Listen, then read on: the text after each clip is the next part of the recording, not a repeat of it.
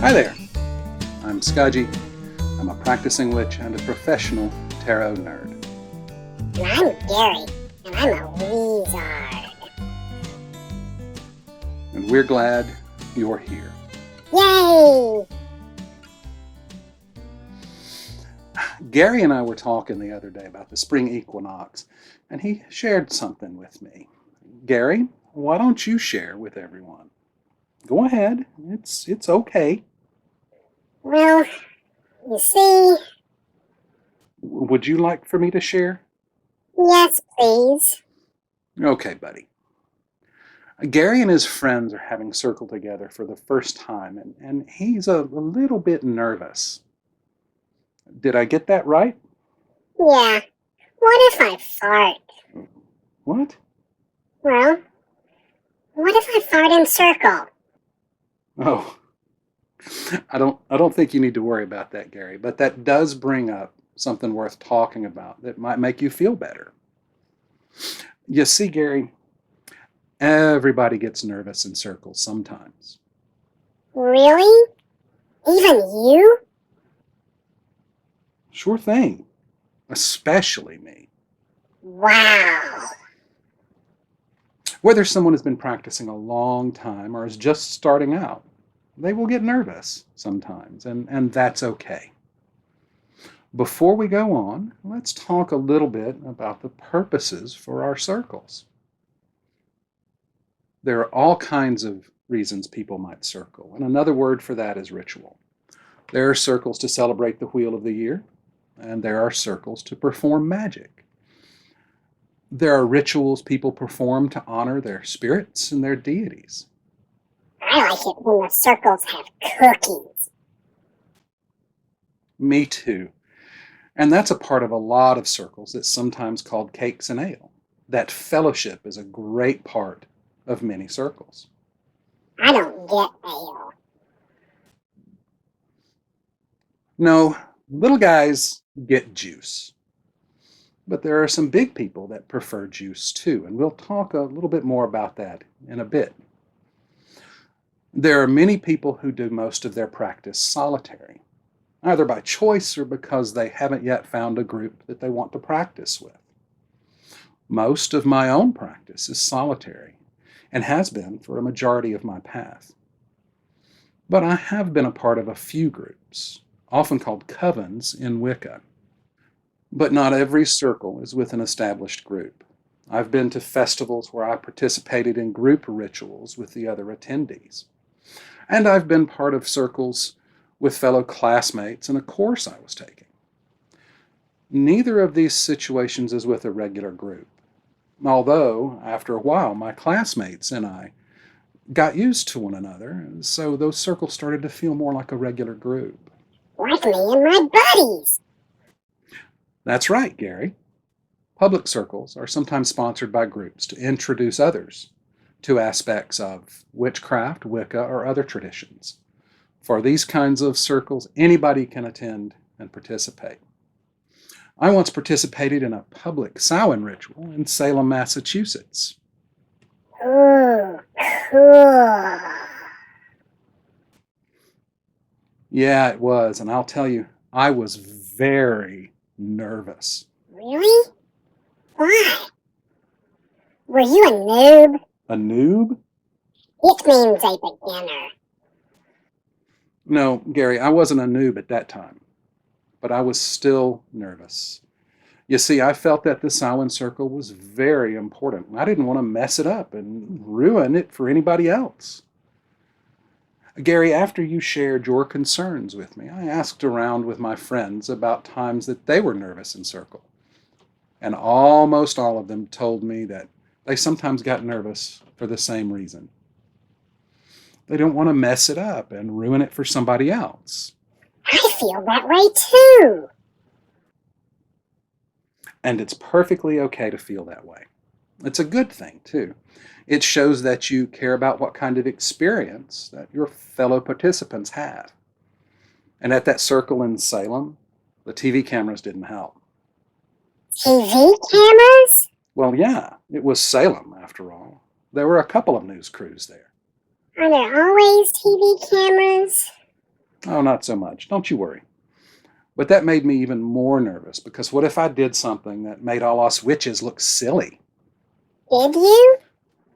Nope, thank goodness. And that's another reason folks get nervous in circle. What if I do something wrong? I feel that way too. That just means that you care about what you're doing. If you're practicing with a group that you're a part of, you should always be able to ask questions so that you have an idea of what you're supposed to do and have an idea of what to expect, at least most of the time. Most of the time? Many traditions have special circles, which are used to induct new members or as rites of passage, marking new levels of understanding. A lot of times those circles aren't shared with those going through them because those nervous feelings are a part of the experience. Facing the unknown is a big part of walking a magical path. Many years ago, I participated in a rite of passage with a group of my buddies. And that was a special time for me, and I asked my friends to design a ritual for me that I didn't know anything about. The idea was for me to face the unknown, and I trusted my friends to keep things safe. I had discussed with them the things that I didn't want in the ritual, the things that would make me very uncomfortable, and I knew my friends would respect my wishes. Before the ritual, I was very nervous, even though I knew everybody that was there. I was nervous because I had no idea what to expect. One of my friends acted as a guide and walked with me through the entire experience, and that helped. But at each stage, it was something new. After it was all over, we all shared a meal and fellowshipped together, and I certainly felt different. It was a wonderful experience. Were there cookies? I bet there were cookies. I think there were some cookies.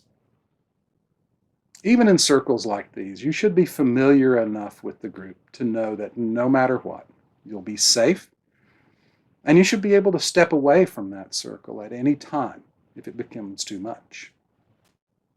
But what if people laugh at me? Well, in that case, you're in the wrong group. But Gary, you and your buddies pick on each other all the time. Yeah, but that's different. Nobody gets mean. Right.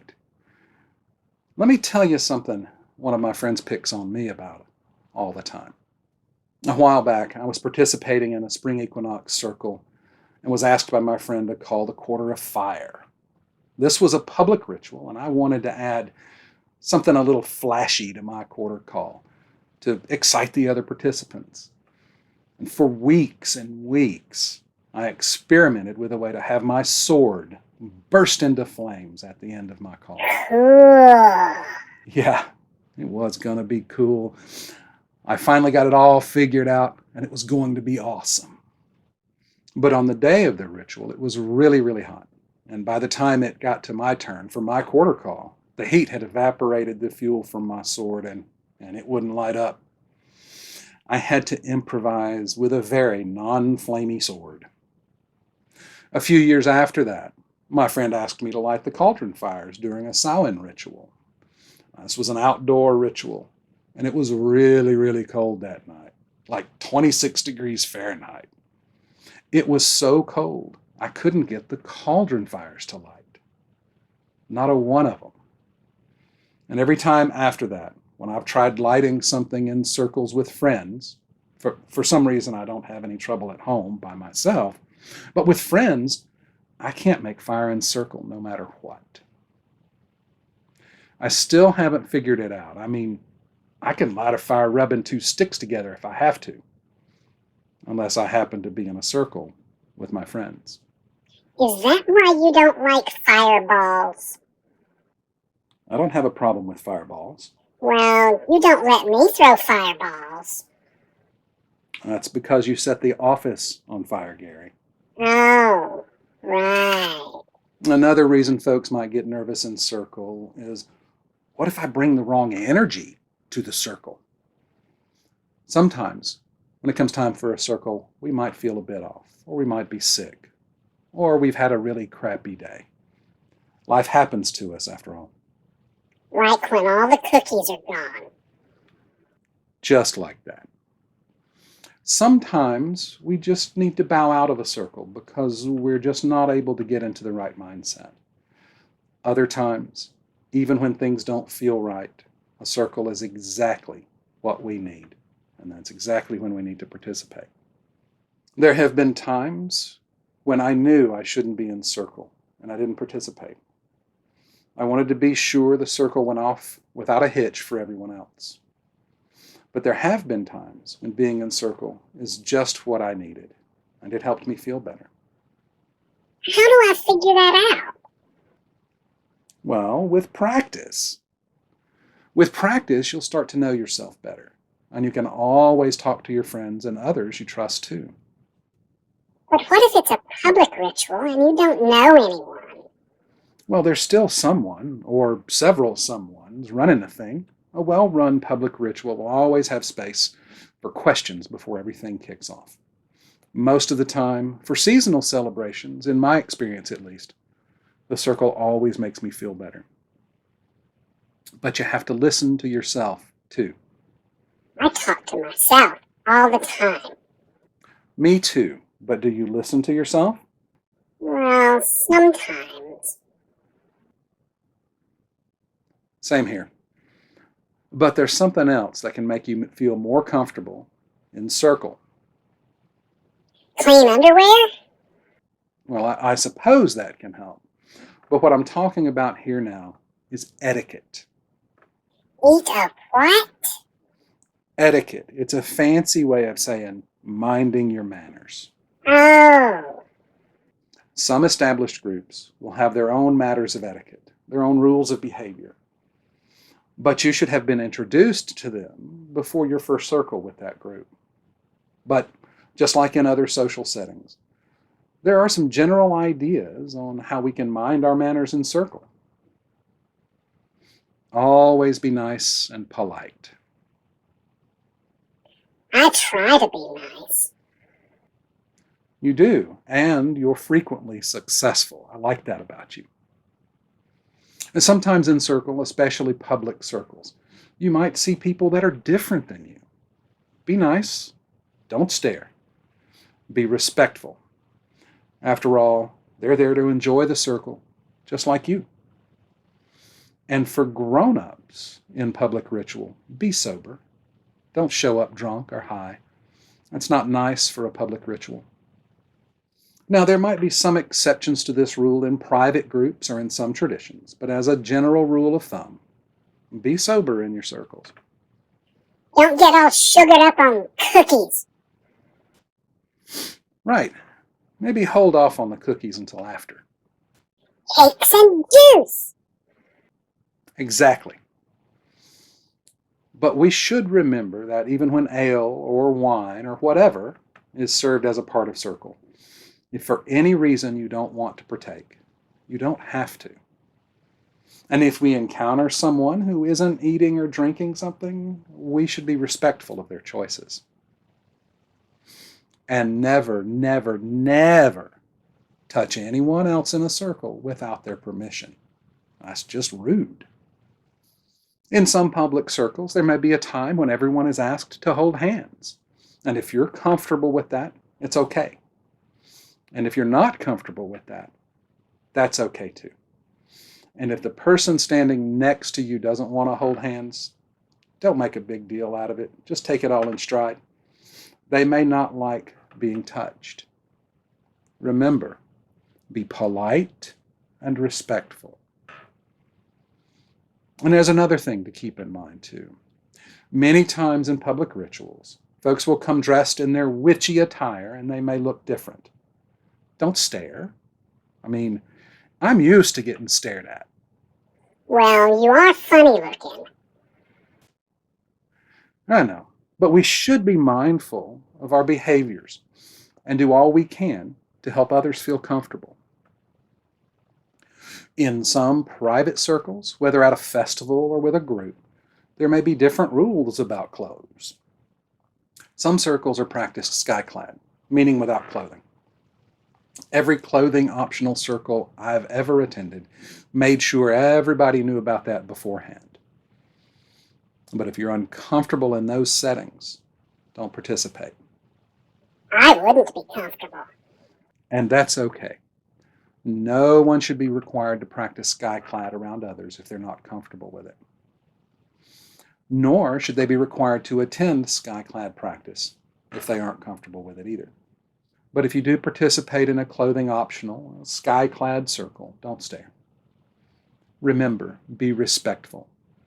Being sky-clad is an important part of some people's spiritual practice and should be treated with respect and reverence for their path.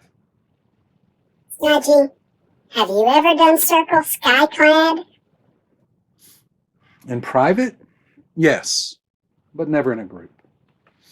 The groups I was a part of didn't include sky-clad practice as a part of their path. And when I've been at festivals, I just didn't know everyone well enough. And there were mosquitoes. Oh, I can see how that might cause problems.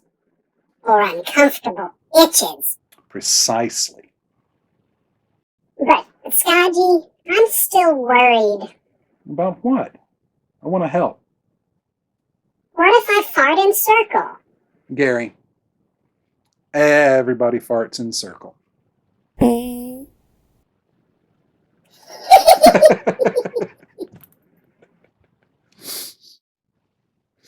Gary, it's okay to be nervous before going into circle, whether it be with your friends or in public with folks you aren't even friends with yet. Just remember a few things, and it'll help you have a wonderful experience. Be nice. Be polite. Be respectful. Don't stare and don't touch people without permission. Ask questions. Be sober. Lay off the cookies.